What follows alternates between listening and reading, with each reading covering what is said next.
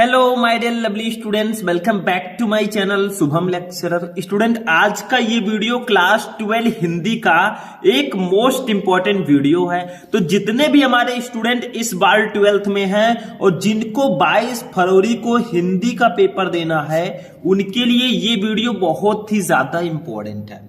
हमारा टारगेट है इस बार हिंदी में 100 में 99 लाने का। तो इसके लिए आपको मेहनत करना होगा और हम आपके साथ खड़े हैं, आपसे कंधे से कंधा मिलाकर चल रहे हैं और हम आपको जब तक टॉपर नहीं बना देंगे, हम आपके साथ रहेंगे। देखो, आज का ये क्लास 12 हिंदी का एक मैराथन क्लास होगा। पूरे बुक के महत्वपूर्ण प्रश्नों को हम इस वीडियो में पढ़ेंगे, जिससे आपका 50 नंबर क्लियर होगा। ठीक है, देखिए अब हम 50 नंबर क्यों कह रहे हैं, हमारा पेपर तो 100 नंबर का आता है। देखिए, आज के इस वीडियो में जो आपका हिंदी का खंड का है, इस पूरे खंड का को हम एक ही वीडियो में पढ़ेंगे। ये खंड का हमारा वन शॉट वीडियो है। इस वीडियो में हम हिंदी के बहुविकल्पीय प्रश्न, गद्यांश, पद्यांश, जीवन परिचय, कहानी और जो खंड काव्य है, इन सब को हम इस वीडियो में कवर करेंगे। बहुत ही ज्यादा इंपॉर्टेंट वीडियो है। जो क्वेश्चन मैंने इस वीडियो में ले रखा है, ये सारे क्वेश्चन बहुत इंपॉर्टेंट है। गारंटी लेता हूं कि इसको पढ़ के जाओगे तो इस बार 99 लेकर आओगे। देखिए, ऐसा आपको कोई नहीं बताएगा, इसमें हमेशा पूछे जाने वाले क्वेश्चंस को रखा गया है, क्योंकि एग्जाम नजदीक है। ऐसे में आपको उन क्वेश्चंस को बताना बहुत जरूरी है। तो चलिए स्टार्ट करते हैं। इस वीडियो को लाइक करना, चैनल पर नए चैनल को सब्सक्राइब कर लेना। सबसे पहले हम लोग शुरू करेंगे। फर्स्ट टॉपिक हमारा है वो है हिंदी के बहुविकल्पीय प्रश्न। सबसे पहला टॉपिक हमारा हिंदी का बहुविकल्पीय प्रश्न होता है जब हम हिंदी का पेपर देने जाते हैं। ठीक है, 10 नंबर का ये आता है। देखो, सबसे फर्स्ट क्वेश्चन क्या है, 10 क्वेश्चन हम हिंदी के बहुविकल्पीय प्रश्नों का पढ़ेंगे। उसके बाद में गद्यांश, पद्यांश, लेखक का जीवन परिचय, कवि का जीवन परिचय, सब कुछ हम कवर करेंगे। ध्यान से समझना, वीडियो थोड़ा सा लॉन्ग होगा लेकिन बहुत इंपॉर्टेंट होगा। फर्स्ट क्वेश्चन है, आनंद कादंबरी पत्रिका का संपादन करते थे। आनंद कादंबरी पत्रिका के संपादक कौन थे? का है प्रताप नारायण मिश्र, खा है बद्री नारायण चौधरी प्रेमघन, गा है बालकृष्ण भट्ट, घा है सरदार पूर्ण सिंह। तो भैया बद्री नारायण चौधरी प्रेमघन जी आनंद कादंबरी पत्रिका के संपादक हैं। ठीक है, तो खा वाला ऑप्शन आपका सही होगा। किसको किसको पता था कमेंट कर दिया करो। देखो, मैं क्वेश्चन पढ़ रहा हूं, आप लोग कमेंट करके पहले ही बता दो, क्योंकि आप लोग ब्रिलियंट स्टूडेंट हो। दूसरा देखो, हिंदी प्रदीप के संपादक थे। हिंदी प्रदीप के संपादक कौन थे? का है प्रताप नारायण मिश्र, खा है बालकृष्ण भट्ट, गा है राधा चरण गोस्वामी, खा है बद्री नारायण चौधरी प्रेमघन। तो बालकृष्ण भट्ट जी हैं हिंदी प्रदीप के संपादक। ठीक है, ये आपका सेकंड वाला ऑप्शन, खा वाला ऑप्शन सही होगा। आप ले लीजिए प्रीवियस ईयर पेपर, देख लीजिए ये क्वेश्चन कितने ज्यादा इंपॉर्टेंट हैं, खुद ब खुद यकीन हो जाएगा आपको। तीसरा क्वेश्चन, ब्राह्मण पत्रिका के संपादक थे। ब्राह्मण पत्रिका को किसने संपादित किया? का है बालकृष्ण भट्ट, खा है प्रताप नारायण मिश्र, गा है प्रेमचंद, घा है डॉक्टर संपूर्णानंद। तो राइट आंसर होगा ऑप्शन नंबर खा, प्रताप नारायण मिश्र। ब्राह्मण पत्रिका के संपादक प्रताप नारायण मिश्र जी थे। क्वेश्चन नंबर 4, हिंदी का पहला मौलिक उपन्यास कौन सा है? सबके जुबान पर यह क्वेश्चन होना चाहिए, इस क्वेश्चन का आंसर, क्योंकि ये क्वेश्चन बहुत इंपॉर्टेंट है। का है परीक्षा गुरु, खा है गोदान, गा है गुनाहों के देवता, खा है चित्रलेखा। तो परीक्षा गुरु जो है ये हिंदी का पहला मौलिक उपन्यास, इसी को माना जाता है, ध्यान रखिएगा। नेक्स्ट क्वेश्चन, क्वेश्चन नंबर 5 को देखो, बहुत इंपॉर्टेंट है। श्री चंद्रावली नामक नाटक के लेखक कौन है? श्री चंद्रावली, का है भारतेंदु हरिश्चंद्र, खा है जयशंकर प्रसाद, गा है हरिकृष्ण प्रेमी, घा है श्रीनिवास दास। भारतेंदु हरिश्चंद्र जी हैं श्री चंद्रावली नाटक के लेखक। का वाला ऑप्शन सही होगा। 6 नंबर क्वेश्चन, नूतन ब्रह्मचारी के रचनाकार कौन है? जल्दी से कमेंट में आंसर दो। नूतन ब्रह्मचारी, का है सदल मिश्र, खा है बालकृष्ण भट्ट, गा है लल्लू लाल, घा है मोहन राकेश। राइट आंसर होगा ऑप्शन नंबर खा, बालकृष्ण भट्ट जी ये नूतन ब्रह्मचारी के लेखक हैं। 7 नंबर क्वेश्चन, परीक्षा गुरु के लेखक कौन है? देखिए, हिंदी का पहला मौलिक उपन्यास परीक्षा गुरु है, लेकिन इसके लेखक कौन है भैया? वो महान पुरुष, का है हजारी प्रसाद द्विवेदी, खा है सदल मिश्र, गा है लक्ष्मण सिंह, घा है लाला श्रीनिवास दास। राइट आंसर ऑप्शन नंबर घा, लाला श्रीनिवास दास जी हैं परीक्षा गुरु के लेखक। नेक्स्ट क्वेश्चन, क्वेश्चन नंबर 8, कवि वचन सुधा के संपादक थे। कौन थे बताइए जल्दी से। कवि वचन सुधा, का है बालकृष्ण भट्ट, खा है भारतेंदु हरिश्चंद्र, गा है प्रताप नारायण मिश्र, घा है हरदेव बाहिरी।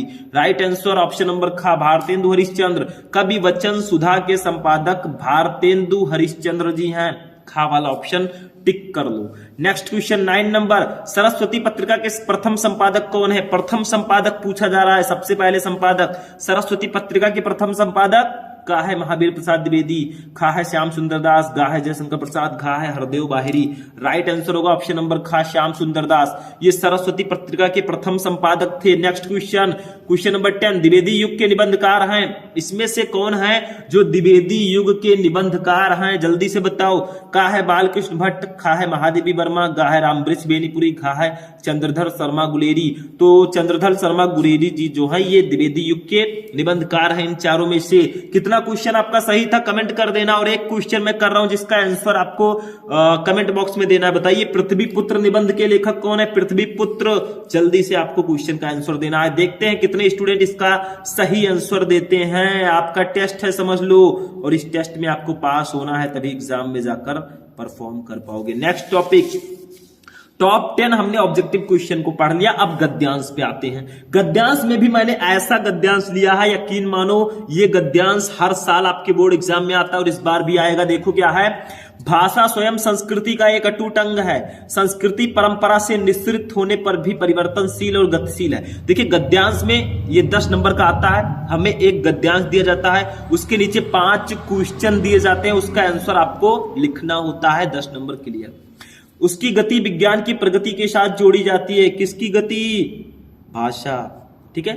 वैज्ञानिक आविष्कारों के प्रभाव के कारण उद्भूत नई सांस्कृतिक हलचलों को शाब्दिक रूप देने के लिए भाषा के परंपरागत प्रयोग पर्याप्त नहीं है। इसके लिए नए प्रयोगों की, नई भाव योजनाओं को व्यक्त करने के लिए नए शब्दों की खोज की महती आवश्यकता है। अब सबसे पहले ये बताइए ये किस चैप्टर का है? पहचान गए कि नहीं पहचाने? देखो इसमें संस्कृति, भाषा, इन सब का ज्यादा जिक्र किया गया है। तो ये हमारे चैप्टर भाषा और आधुनिकता चैप्टर का गद्यांश है, और इसके लेखक हैं प्रोफेसर जी सुंदर रेड्डी जी। ठीक है। अब देखो इसके नीचे 5 क्वेश्चन है। सबसे पहला क्वेश्चन, उपयुक्त गद्यांश के पाठ और लेखक का नाम लिखो। किस पाठ से, इसके लेखक कौन है, ये आपको लिखना है। दूसरा, रेखांकित अंश की व्याख्या करो। यहां से लेकर यहां तक जिसके नीचे रेखाएं दिख रही हैं इतने का व्याख्या करना है अपने शब्दों में। तीसरा, संस्कृति का एक अटूट अंग क्या है? तो संस्कृति का एक अटूट अंग भाषा है, अभी मैंने बताया था। सिंपल सा क्वेश्चन है, सिंपल सा आंसर। नेक्स्ट क्वेश्चन, किसकी गति विज्ञान की प्रगति के साथ जोड़ी जाती है? संस्कृति की गति विज्ञान की प्रगति के साथ जोड़ी जाती है। यहां पे देखो भाषा स्वयं संस्कृति का एक अटूट अंग है, संस्कृति परंपरा से निःसृत होने पर भी परिवर्तनशील और गतिशील है, उसकी गति विज्ञान की प्रगति के साथ जोड़ी जाती है, मतलब संस्कृति की। ठीक है।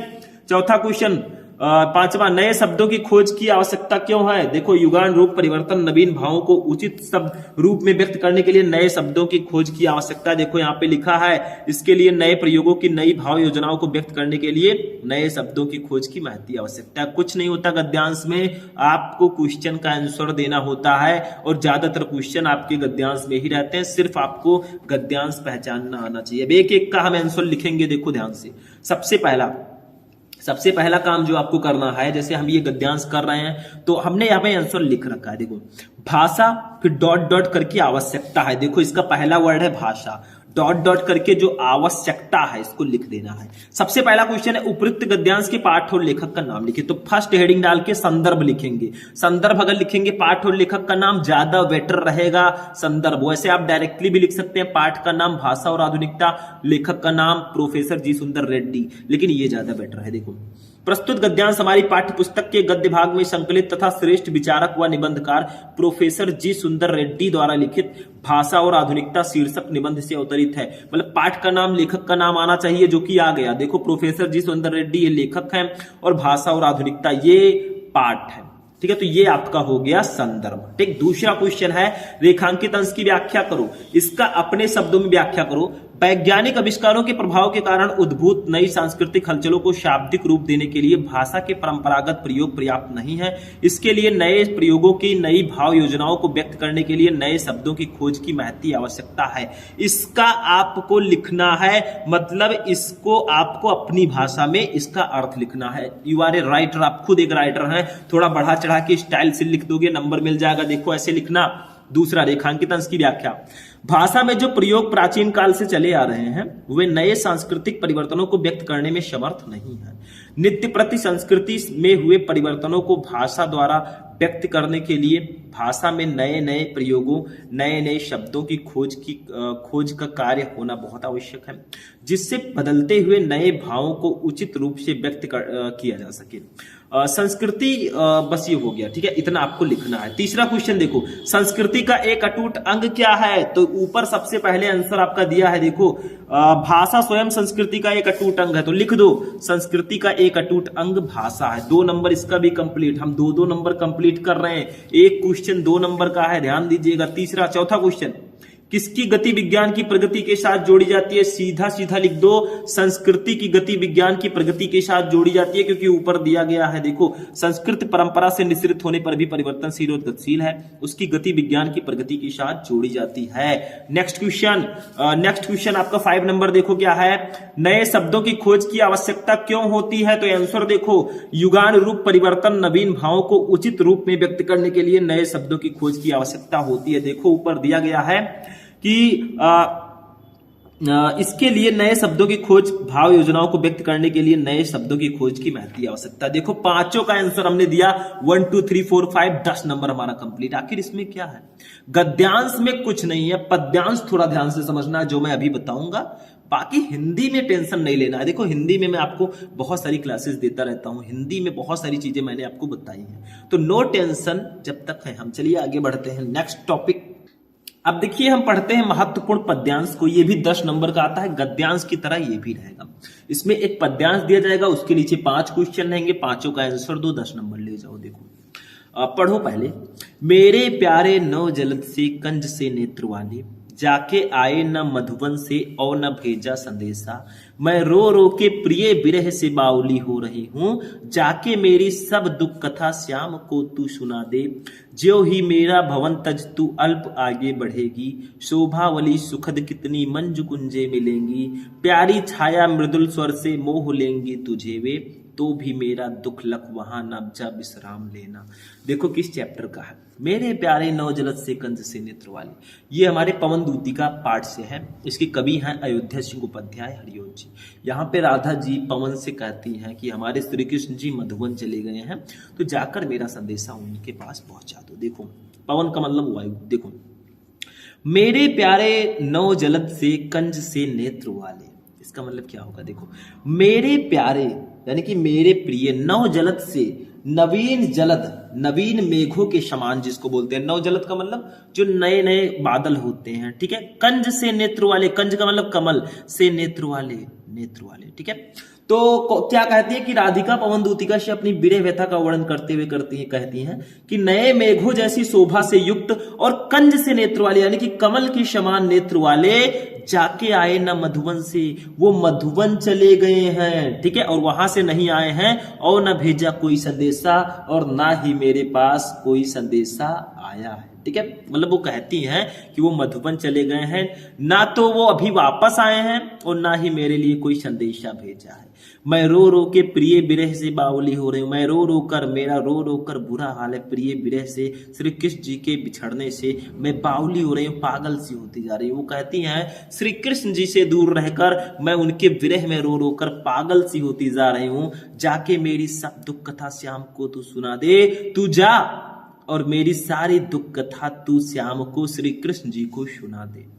फिर आगे कहती हैं, ज्यों ही मेरा भवन तज तू अल्प आगे बढ़ेगी, ज्यों ही जैसे ही मेरा भवन, मेरा भवन जो है तज छोड़कर तू अल्प थोड़ा सा आगे बढ़ेगी, थोड़ा आगे बढ़ेगी। वो कहती हैं जैसे ही तू मेरे घर को, मेरे भवन को त्याग कर थोड़ा सा आगे जाएगी, शोभावली सुखद कितनी मंजू गुंजे मिलेंगी, वहां पे शोभावली और सुखद बहुत सारी मंजू गुंजे तुमको मिलेंगी, प्यारी छाया मृदुल स्वर से मोह लेंगी तुझे वे, प्यारी छाया और मृदुल स्वर और कोमल स्वर से मोह लेंगी तुझे वे, वो तुझे आकर्षित करेंगी, तुझे मोह लेंगी, तो भी मेरा दुख लख वहां जाना विश्राम लेना, तो भी मेरा दुख, तब भी तुम मेरे दुख को लेकर लख, उसको लेकर वहां जाना विश्राम लेना, वहां चली जाना और विश्राम मत लेना। वो कहती है जब तुम जाओगी तो रास्ते में बहुत सारी चीजें मिलेंगी जो तुम्हें अट्रैक्ट करेंगी, तुम्हें आकर्षित करेंगी, तुम्हें रोकने का प्रयास करेंगी, लेकिन मेरे दुख को ध्यान में रखकर तुम वहां चली जाना और बीच में विश्राम मत लेना, ठीक है। अब देखो क्वेश्चन, फर्स्ट क्वेश्चन है, उपरोक्त पद्यांश के शीर्षक और कवि का नाम लिखिए। ये पद्यांश किस पाठ से और इसके कवि कौन है। दूसरा, रेखांकित अंश की व्याख्या कीजिए। ऊपर के 2 लाइनों का आपको व्याख्या करना है। तीसरा, राधा किसके द्वारा कृष्ण को संदेश भिजवाती है। तो राधा पवन दूतिका के द्वारा कृष्ण को संदेश भिजवाती है, इसमें तो कुछ है ही नहीं। चौथा, कृष्ण का सौंदर्य कैसा है, उल्लेख करो। तो मैंने बताया कृष्ण आकाश में छाए नवीन मेघों के समान रूप वाले हैं और उनके नेत्र कमल के समान है। मैं बताया कि मेरे प्यारे नवजलस से कंज से नेत्र वाले, इसका आंसर पहली लाइन में है। तीसरा, राधा की मनोदशा का वर्णन करो। राधा श्री कृष्ण के विरह में रो रो कर पागल हो रही है, बस यही लिख दो। तो सबसे पहले इसको सॉल्व करने के लिए वही सेम प्रोसेस, मेरे प्यारे डॉट डॉट करके विश्राम लेना, ऐसे लिख दो, मेरे प्यारे डॉट डॉट करके विश्राम लेना। फिर फर्स्ट क्वेश्चन है, उपरोक्त पद्यांश के शीर्षक और कवि का नाम लिखिए। तो संदर्भ लिख दो। देखो, प्रस्तुत पद्यांश महाकवि अयोध्या सिंह उपाध्याय हरिओं द्वारा लिखित प्रिय प्रवास से हमारी पाठ्य पुस्तक के पद्य भाग में संकलित पवन दूतिका शीर्षक काव्यांश से अवतरित है। मतलब ये जो कविता है ये अयोध्या सिंह के उपाध्याय जी के महाकाव्य प्रिय प्रवास से हमारी पाठ्य पुस्तक के पद्य भाग में पवन दूतिका शीर्षक काव्यांश से अवतरित है। मतलब ये प्रिय प्रवास से लिया गया है। छोटा सा शीर्षक है पवन दूतिका हमारी 12th में, तो ये इसी का है, बस ऐसे लिख देना। दूसरा क्वेश्चन, रेखांकित अंश की व्याख्या करो। मतलब इतने का व्याख्या करना है। मेरे प्यारे नवजलत से कंज से नेत्र वाले, जाके आए न मधुवन से और न भेजा संदेशा। तो ये सिंपल सा है। देखो, रेखांकित अंश की व्याख्या हेडिंग डालना और लिखना। राधिका पवन दूतिका से अपनी विरह व्यथा का वर्णन करते हुए कहती हैं कि नए मेघों जैसी शोभा से युक्त और कमल के समान नेत्र वाले मेरे प्रिय श्री कृष्ण मथुरा चले गए हैं और अभी तक वापस नहीं आए हैं और ना ही उन्होंने वहां से मेरे लिए कोई संदेशा भेजा। बस इतना सा लिख देना, काम खत्म हो जाएगा। तीसरा क्वेश्चन देखो, राधा किसके द्वारा कृष्ण को संदेश भिजवाती हैं। तो राधा पवन दूतिका के द्वारा कृष्ण को संदेश भिजवाती हैं, ऐसे लिख देना, कुछ नहीं है इसमें। ठीक है, तीसरे क्वेश्चन का भी हमारा आंसर हो चुका है। क्वेश्चन नंबर 4 को देखो क्या है, कृष्ण का सौंदर्य कैसा है, उल्लेख करो। तो कृष्ण आकाश में छाए नवीन मेघों के समान रूप वाले हैं तथा उनके नेत्र कमल के समान हैं। मतलब वो आकाश में जो नए नए बादल छाए रहते हैं ना, उस तरह उनका रूप है और वो कमल के समान उनका नेत्र है। पांचवा, राधा की मनोदशा का वर्णन करो। तो राधा श्री कृष्ण के विरह व्यथा में रो रो कर पागल हो रही हैं। श्री कृष्ण जी के बिछड़ने से, श्री कृष्ण जी के मथुरा जाने से वे रो रो कर उनके विरह में पागल हो रही हैं। राधा जी श्री कृष्ण जी से कितना प्रेम करती थी, किसी से छिपा नहीं है और आज के जमाने में इतना प्रेम करने वाली कहां मिलेगी। ठीक है, चिराग लेकर भी ढूंढेंगे तो नहीं मिलेगी। हो गया क्वेश्चन नंबर 5। तो ये आपको टॉप 5 क्वेश्चन आंसर देना, 10 नंबर क्लियर। चलिए आगे बढ़ते हैं। अब नेक्स्ट टॉपिक, जीवन परिचय। तो देखिए, हमने एक ऐसे लेखक का जीवन परिचय लिया है जो बहुत इंपॉर्टेंट है। नाम है वासुदेव शरण अग्रवाल जी। हम पहले लेखक का पढ़ेंगे, फिर कवि का पढ़ेंगे, उसके बाद कहानी बनाएंगे, कहानी पढ़ेंगे। देखो, वासुदेव शरण अग्रवाल जीवन परिचय, साहित्यिक परिचय, रचनाएं। देखिए, जीवन परिचय हेडिंग डालेंगे। देखिए, एक और तरीका है जीवन परिचय लिखने का, मैं बता देता हूं। एक आपको बॉक्स बनाना है ऐसे कॉपी में और उसमें लाइनिंग करके आपको उनका जन्म, जन्म स्थान, पिता का नाम, माता का नाम, उनकी मृत्यु, इतना आपको उसमें लिख देना है। थोड़ी बहुत शिक्षा और किस युग के वो लेखक हैं वो भी लिख देना है।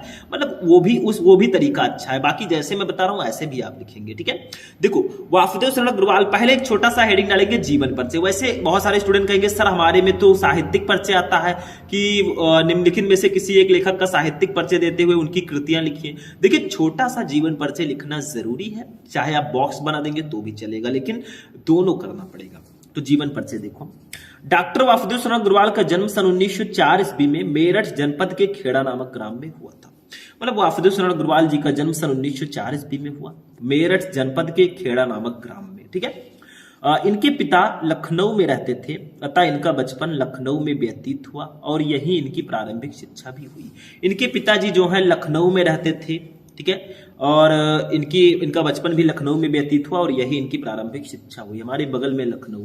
भारतीय संस्कृति और पुरातत्व का ये महान पंडित एवं साहित्यकार सन 1967 ईस्वी में परलोक सिधार गया। बस इतना सा जीवन परिचय लिखना है। इनका जन्म, जन्म स्थान, मृत्यु और इनका पिता माता है तो उनका नाम। ठीक है, साहित्यिक परिचय आपको थोड़ा बड़ा लिखना अच्छे से। देखो, डॉक्टर अग्रवाल भारतीय संस्कृत, पुरातत्व और प्राचीन इतिहास के प्रकांड पंडित एवं अन्वेषक थे। इनके मन में भारतीय संस्कृति को वैज्ञानिक अनुसंधान की दृष्टि से प्रकाश में लाने की उत्कट इच्छा थी। अतः इन्होंने उत्कृष्ट कोटि के अनुसंधानात्मक निबंधों की रचना की। इनके अधिकांश निबंध प्राचीन भारतीय इतिहास और संस्कृति से संबद्ध हैं। ठीक है, ये सब उनके निबंध है। इन्होंने अपने निबंधों में प्रागैतिहासिक, वैदिक एवं पौराणिक धर्म का उद्घाटन किया।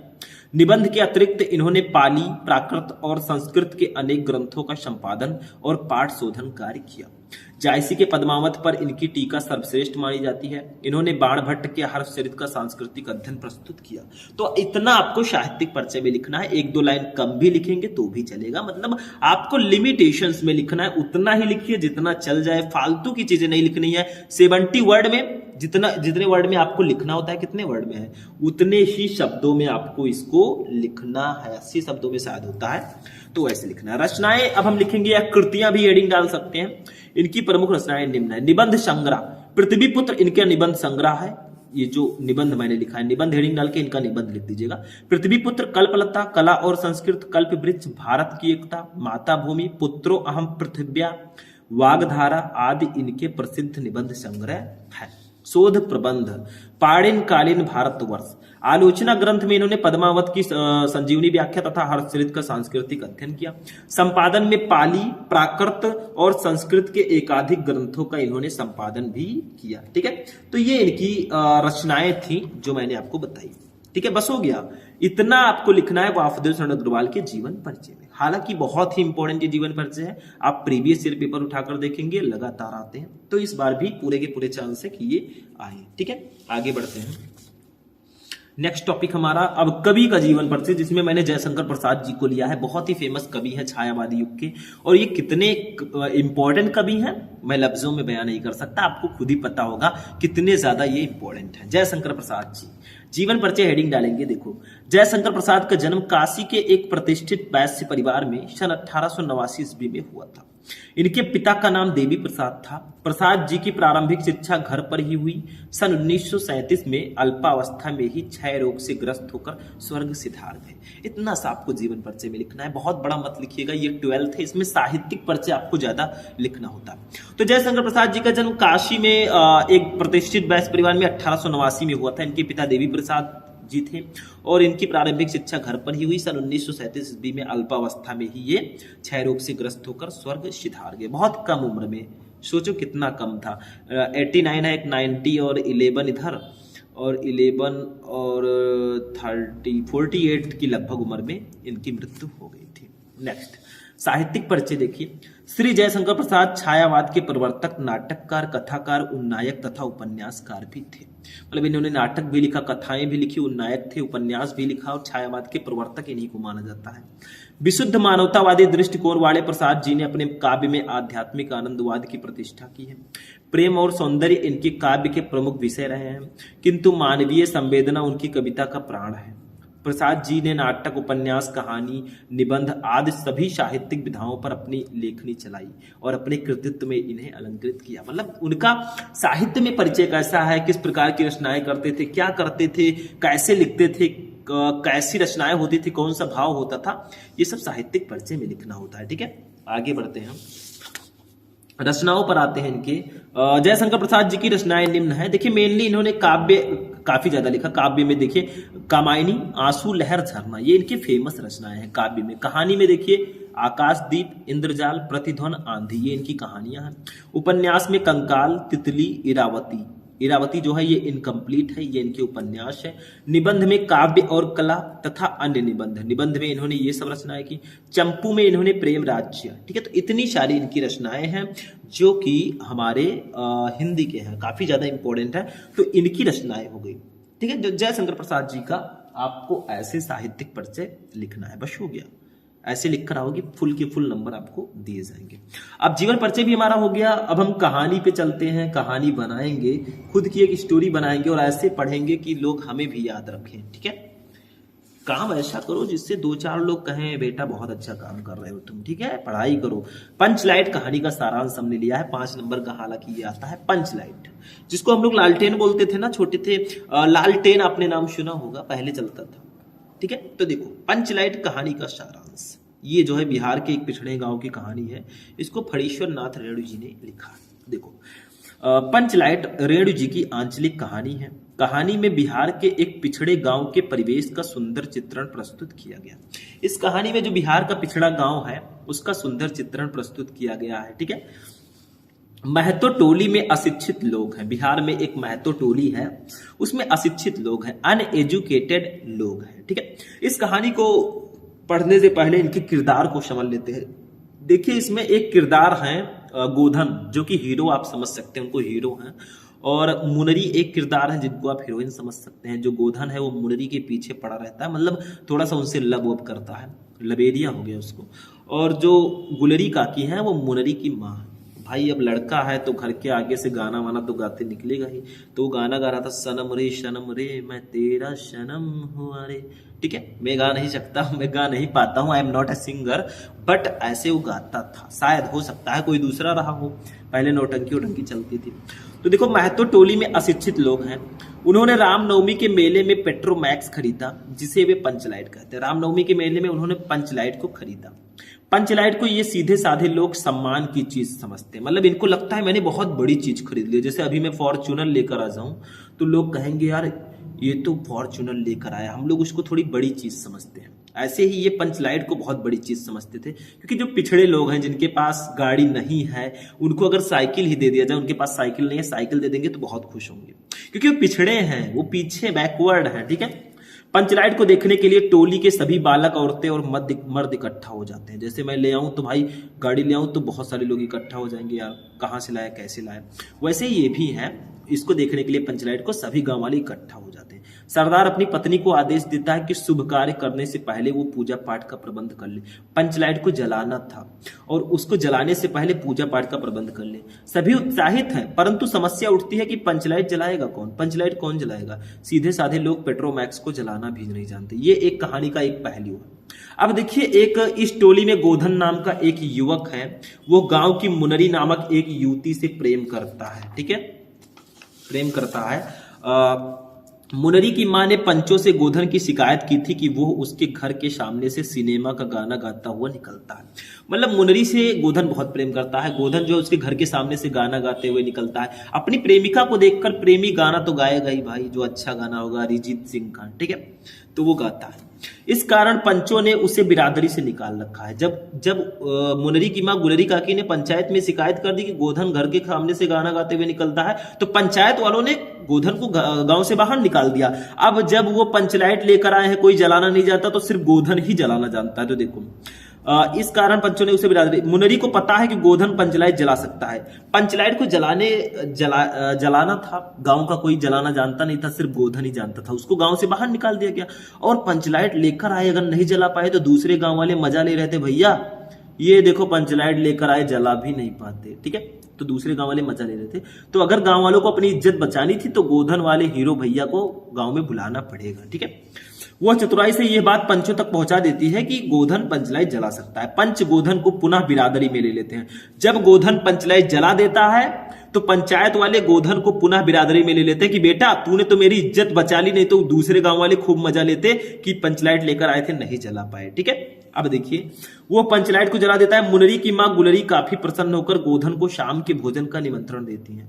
जिस गुलरी काकी ने पंचों से शिकायत की थी कि गोधन मेरे घर के आगे से सलीमा का गाना गाता हुआ निकलता है, वो बहुत खुश हो गई जब पंचलाइट जला दिया। तो वो क्या करता है, वो गोधन को शाम को डिनर के लिए इन्वाइट करती है। शाम के भोजन को डिनर कहते हैं, रात्रि के भोजन के लिए। पंच भी अति उत्साहित होकर गोधन को कह देते हैं, तुम्हारा साथ खून माफ, खूब गाओ सलीमा का गाना, जितना मन करे उतना गाना गाओ, सनम रे मैं तेरा सनम हुआ रे। चाहे कोई दूसरा गाओ, हम तेरे बिना अब रह नहीं सकते, तेरे बिना क्या वजूद मेरा, चाहे कुछ और गाओ। ठीक है, मतलब कुछ भी गा सकते हो, हमारी अधूरी कहानी भी। देखो, पंचलाइट की रोशनी में लोग भजन कीर्तन करते हैं तथा उत्सव मनाते हैं। देखो, ये कहानी बहुत छोटी सी थी। मतलब बिहार का एक पिछड़ा गांव है महतो टोली, मैं थोड़ा सा एक्सप्लेन कर देता हूं। और वहां पे पंचलाइट को लाया जाता है। कोई गांव वाला जलाना नहीं जानता है। गोधन इकलौता ऐसा लड़का है जो पंचलाइट जला सकता है। लेकिन गोधन मुनरी नामक एक युवती से प्रेम करता था। वो उसके घर से सलीमा का गाना गाता हुआ निकलता था। मुनरी की मां गुलरी ने पंचायतों से शिकायत कर दी थी, इसलिए पंचों ने गोधन को अपनी जात से बाहर निकाल रखा था। फिर जैसे ही पंचलाइट जलाने का सवाल आया, गोधन को पुनः लाया गया, उसने पंचलाइट जला दिया। उसकी मां गुलरी काकी बहुत खुश हुई, उसने रात्रि के भोजन के लिए इनवाइट किया और पंचों ने भी कह दिया खूब गाओ सलीमा का गाना। ठीक है, बस हो गया। कहानी का कथानक सजीव है, सीधे साधे अनपढ़ लोग की संवेदनाओं को बाड़ी देने में रेणु जी समर्थ रहे हैं। इस कहानी में आंचलिक जीवन की सजीव झांकी प्रस्तुत की गई है, कुछ नहीं है इसमें। हीरो हीरोइन को याद रखना भाई, काफी इंपॉर्टेंट है। ठीक है, तो ये आपका हो गया कहानी। ठीक है, अब देखिए इसी में एक खंड काव्य आता है। खंड काव्य जो है वो आपके अलग अलग जिलों में अलग अलग होता है। कुछ जिलों में त्यागपथी होगा, कुछ जिलों में रश्मि रथी, किसी में सत्य की जीत, किसी में मुक्ति यज्ञ, किसी में ऐसे ऐसे श्रवण कुमार, अलग अलग होता है। ठीक है, तो उसको मैं यहाँ पे आपको नहीं बताने वाला, जो आप में होगा वो आप पढ़ लीजिएगा। ठीक है, बाकी सारी चीजें सेम होती है। ठीक, चलिए आगे बढ़ते हैं। तो स्टूडेंट आज का जो क्लास हमारा है वो यहीं पर फिनिश होगा। मैंने आपको क्लास 12 हिंदी की जो आपका खंड का है, पूरे खंड का को मैंने एक ही वीडियो में बताया। 50 नंबर आपका मैंने कंप्लीट कराया, ऐसा कोई नहीं बताएगा, पूरा वन शॉट वीडियो ये था। तो जाते जाते इस वीडियो को लाइक कर देना, चैनल पर नए चैनल को सब्सक्राइब कर लेना। फिर मिलेंगे नेक्स्ट वीडियो में नेक्स्ट टॉपिक के साथ, तब तक के लिए जय हिंद।